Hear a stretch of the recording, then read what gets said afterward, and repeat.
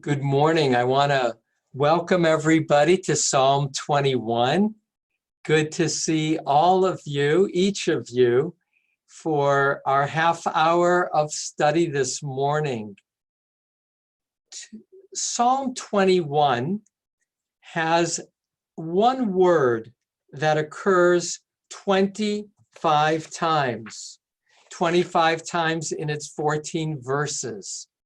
The word that is most salient, that is most repeated, is the word you.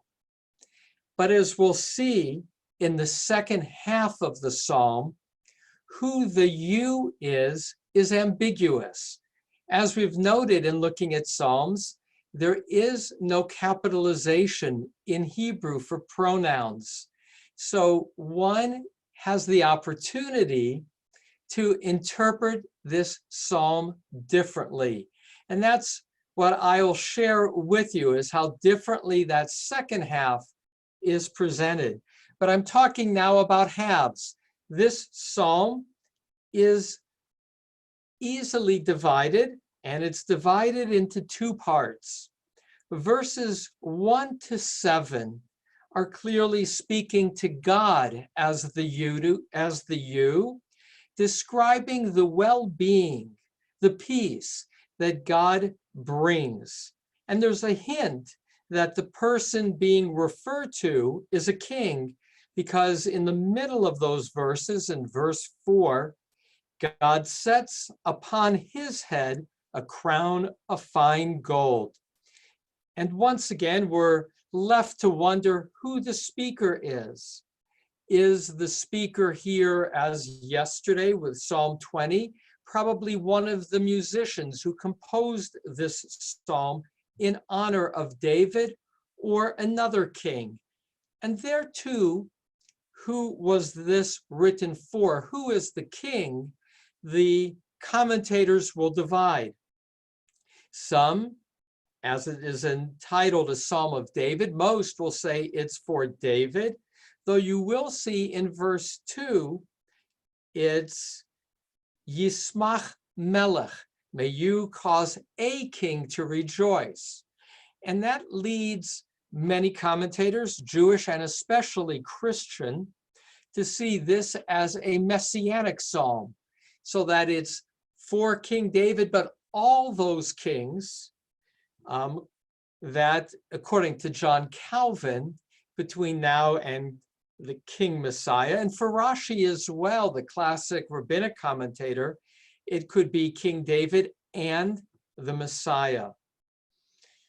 The mood of the first 7 verses is that of rejoicing. You have, particularly in verse 2 and verse 7, in both cases, 2 words used for happiness, so that the first part of this psalm is one that announces with joy how God takes care of a king. And then there's a transitional verse, verse 8. For the king trusts in Adonai, and in the kindness of the Most High, he shall not stumble. Now it's not God as you, but as Adonai, third person. The king trusts in the kindness of the Most High, he shall not stumble. And that provides a transition to this question of when it says your hand finds all your enemies, who's now being addressed? The king or God? And the second half, that again, beginning with verse 8, has a shift in theme. And here the theme is war and battle, with as we've grown to see, a concluding line, verse 14, which will now also shift into the last phrase to let us sing and hymn of your might. One last comment before I read the psalm in English, and that's to highlight the envelope, the poetic framing. And that's the first two words of verse 2, Adonai ba'ozcha, Adonai in your strength. And the word oz is in other places understood as glory, as God's strength equals God's glory, your strength, Adonai ba'ozcha. And you find that same phrase in the beginning of verse 14. Again, the envelope, Ruma, arise, Adonai bu'uzecha, Adonai in your strength. And so it is a psalm, as is good poetry, that is purposeful in its choice of words, tightly woven, and as remarkable poetry, ambiguous in terms of who's being addressed. And we're going to return to that. But first, a translation, my translation of this psalm. Feel the exuberance of the first half and allow yourself to hear the challenge of war in the second half. And now the text will appear. Thank you, Eric, and a reading. For the conductor, a psalm of David. Adonai, in your strength, a king rejoices, and in your deliverance, how greatly he exalts. His heart's desires you gave to him, and the request of his lips you did not withhold, Selah. For you preceded him with blessings of good. You set upon his head a crown of fine gold. Life he asked of you. You gave to him length of days forever and ever. Great is his glory through your deliverance, splendor and beauty you bestow upon him. For you set upon him blessings forever. You gladden him with joy in your presence. For the king trusts in Adonai, and in the kindness of the Most High, he shall not stumble. Your right hand finds all your enemies. Your right hand finds those that hate you. You set them as in a fiery furnace in the time of your appearance. Adonai in anger consumes them, and a fire devours them. Their fruit from the land you destroy, their seed from among humanity. For they intended evil against you. They devised a scheme they could not do. For you will set them turning back. With your bowstring you aim at their faces. Arise, Adonai, in your strength. Let us sing and hymn of your might.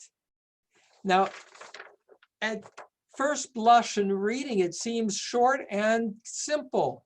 A psalm, and it can be that, a psalm of celebration of God's goodness and the celebration of God's might, defending the king against his foes. So that's the first way of reading this psalm.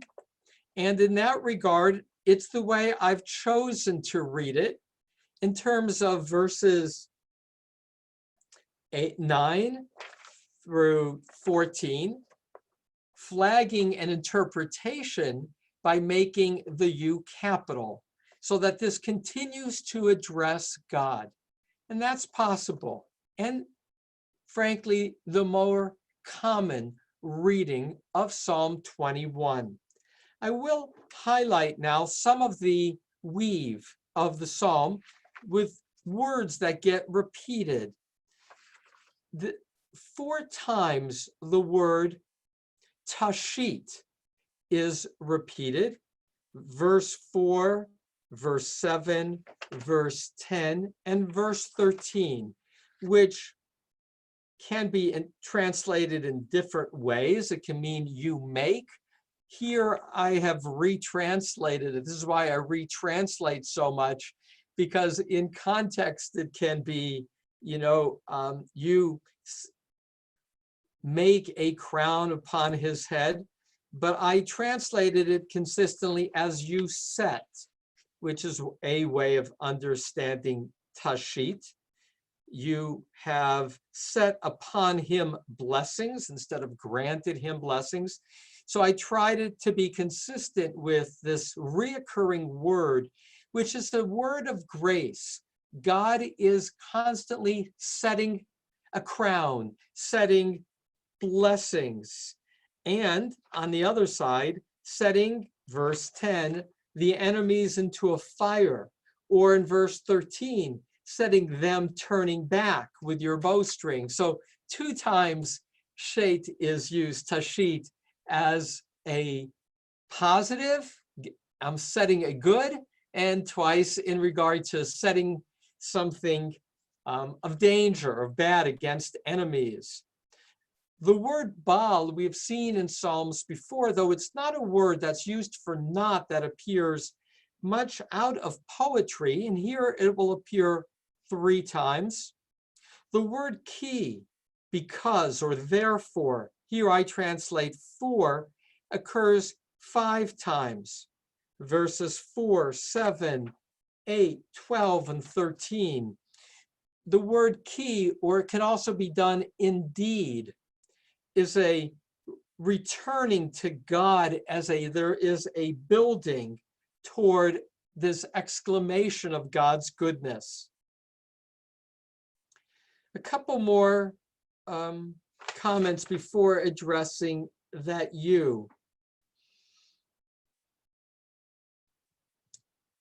And that is to highlight in the second half, the king who, in verse 10, you set them as in a fiery furnace in the time of your appearance. That image of placing a person into a fiery furnace, in this case, God's enemies, as in verse 9, is what will lead to that image of hell as being fire. Dante's Inferno is linked here in this image of verse 10. For again, it is the punishment, and it's punishment that can be understood as not just in the immediate sense of a battle, but you see the reoccurrence of the words forever in verse 5, in verse 7. That's what leads to this messianic other reading of which king is being spoken of. That Psalm 21 is speaking about the days after judgment. And so God will place those who oppose him in a fiery furnace. Those who are good will be given life eternal, verse 5. So that's a second way to read this psalm as messianic and has been read. And I will add in regard to verse 5, the only thing that the king seems to have asked for explicitly, life he asked of you, you gave to him length of days forever and ever. So the only recorded request is life. But again, the context for asking for life might have been that of a threatening foe, that reoccurring theme in the Psalms of King David. And so that what the king asked God for was victory over his enemies so that he would live and not be vanquished and not die. And so verse 5 acknowledges the only explicit request. And yet, God, as described in the first 7 verses, is this God who is doting on the king, generous. Your heart's desires you gave to him, the request of his lips you did not withhold.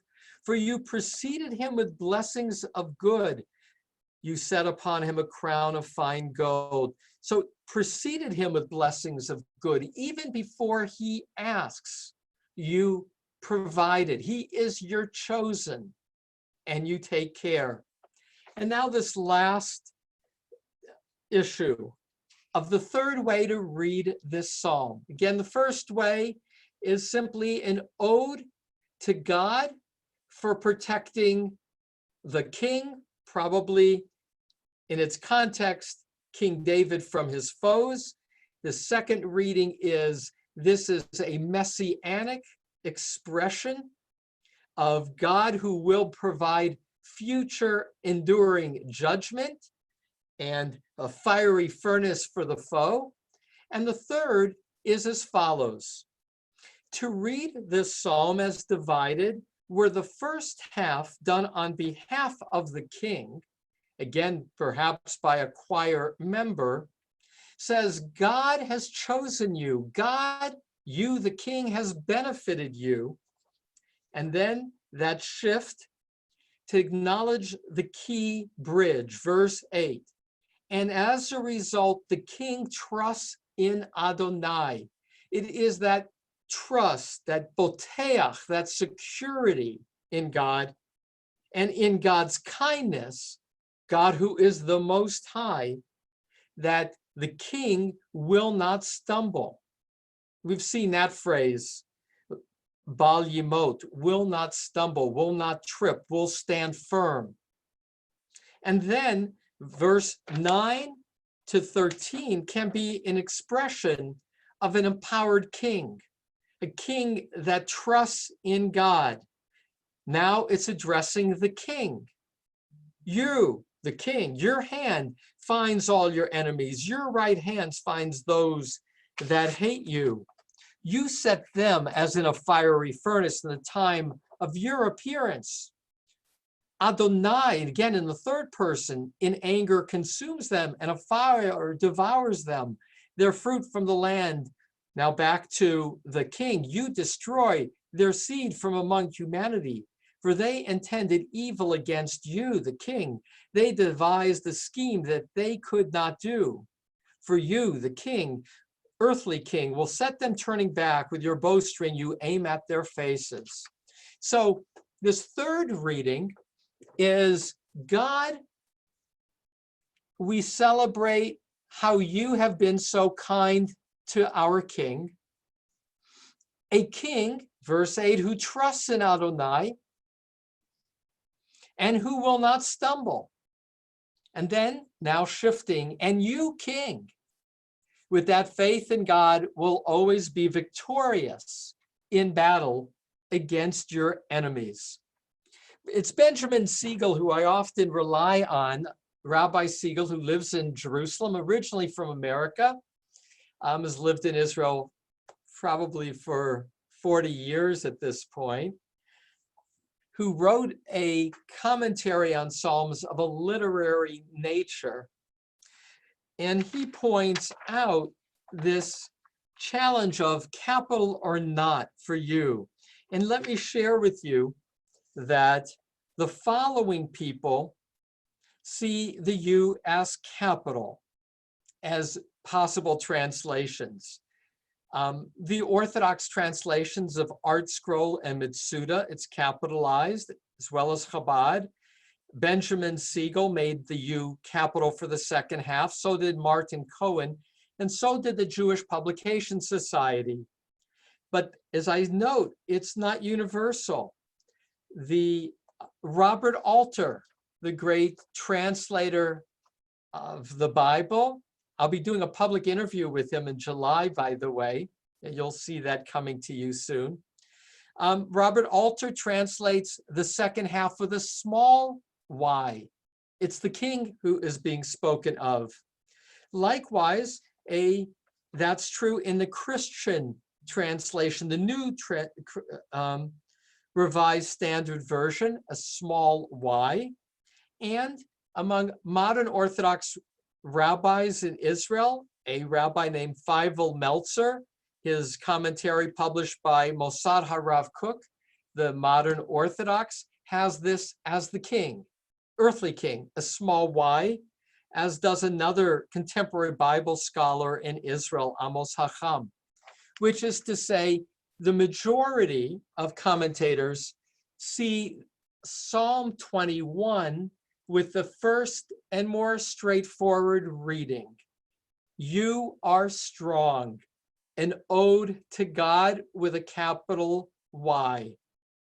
And yet, there are many commentators, particularly contemporary commentators, but across the board in terms of modern Orthodox, secular Jewish, and even some Christian, who read this as a small y. With that, I'll pause for you to react to Psalm 21, which I entitle capital U, small u, are strong. Thoughts about what resonated for you in Psalm 21? Hi, Hal, good hey, to see hi, you. hi. It's around verse 11. It's very unnerving that Adonai, or the king, is going to destroy, not just destroy, but exterminate the enemy, and not just the enemy living, but the seed. And the assumption is that the seed is going to be bad. Can you speak to that? I mean, a little bit, as I say, unnerving the power, or the destructive power of that. So that's a important comment in terms of a tension with how we as contemporaries looked at war and how the ancients looked at war, particularly in their poetry. And so to highlight and reframe Hal's comment, verse 11 is a description of annihilation of an enemy, and not just an enemy, but the children of that enemy indefinitely. It's a source of great tension. I will add that in the antiquity, for instance, in ancient Egyptian writings of Israel, for instance, that's where I know it from. There is an ancient writing in hieroglyphics in which it says that the Pharaoh annihilated Israel, that the nature of a foe in antiquity was somebody you were, if victorious, to wipe out. And that's resonant here. Now, it could be, again, resonant kind of poetically. Rabbi Shalom Podwal gave a Devar Torah last Saturday that I had him come into the services to do. So it's posted exactly about this tension. Namely, in last week's Torah reading, Bahar Bechukotai, there are blessings and curses. And the curses are these absolutes of wiping you out and wiping out your generations. And he says, I am troubled by this image of God being so violent, so uncompromising, so compassionate, particularly for the children. And he points out that even in the Ten Commandments, where it says, I will, remember your goodness to the 1,000th generation and the bad to your 3rd or 4th. And he says, why the 3rd or 4th? That too seems to be punishing children for their parents. That doesn't sound fair or compassionate. And then he looks and highlights how it is in the book of Job and then later in the Psalms, where God renounces the punishment of children explicitly. It's also true in Jeremiah and Ezekiel, as if there is a shift that goes on in describing God's might. So I pause to honor the sensitivity that we, in dealing with an enemy, as do the rabbis in the Talmud, say the deeds. This is Bruria saying to her husband Meir, last image in that regard. Rabbi Meir, an important rabbi of Israel of the 1st and 2nd century, prays for the destruction of his enemies, that being the Romans. And his wife, Bruria, corrects him. And she says, do not pray for the destruction of your enemies, pray for the destruction of the deeds of your enemies, making a distinction between the person and the possibility of them repenting for their evil deeds. But to pull all that together, I say more than I need because it's a tension that lingers for me as well as a reader of Psalms, in that a verse like verse 11, may their seed be destroyed from among humanity, is far more violent, punishing than resonates in our ears today. Another reaction? Yeah, I'd like to, Alex? I'd like to note that there's another ambiguity, even if you make the U a non-capital U. And that is, if you make the U a non-capital U, is it referring to David HaMelech or is it referring to Moshiach? Yes, exactly. So I'll just want to highlight that. That's that middle reading that I mentioned. And the middle reading can be, this is an address that is not just about a king of the moment, but a king of the future, the king, HaMelech, the king of the future, namely the Messiah. And that too is an ambiguity that can persist in the second half. Is in that regard, it can be a prophecy of the end of days. At the end of days, may you destroy those who were your enemies, as the Messiah is described in so many places, in terms of the battle of Gog and Magog, for instance.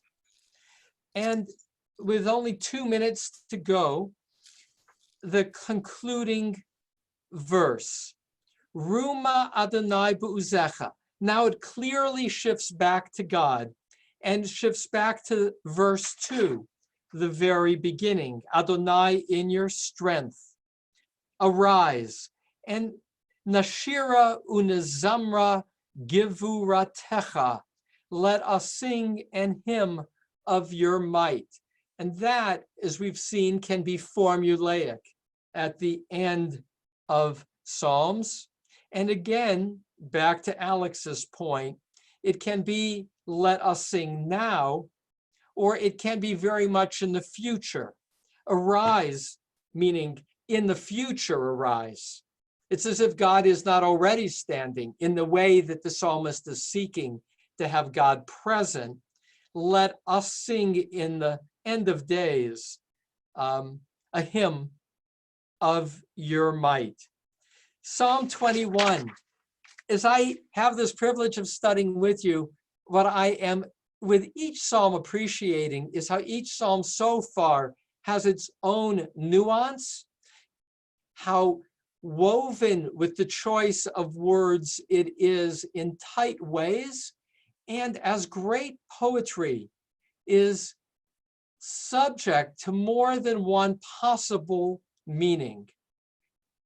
And in that regard, next week, we'll have on Wednesday night, the beginning of Shavuot, which is the celebration of the receiving of Torah.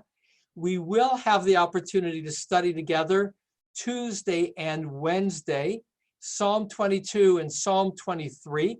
And at night, on Wednesday night, on behalf of the Orange County Jewish Federation, there will be a community-wide teaching. And I've chosen to teach your Psalm 23 that night as well. So I'll have my run through in the morning with you and reactions from you on Wednesday morning.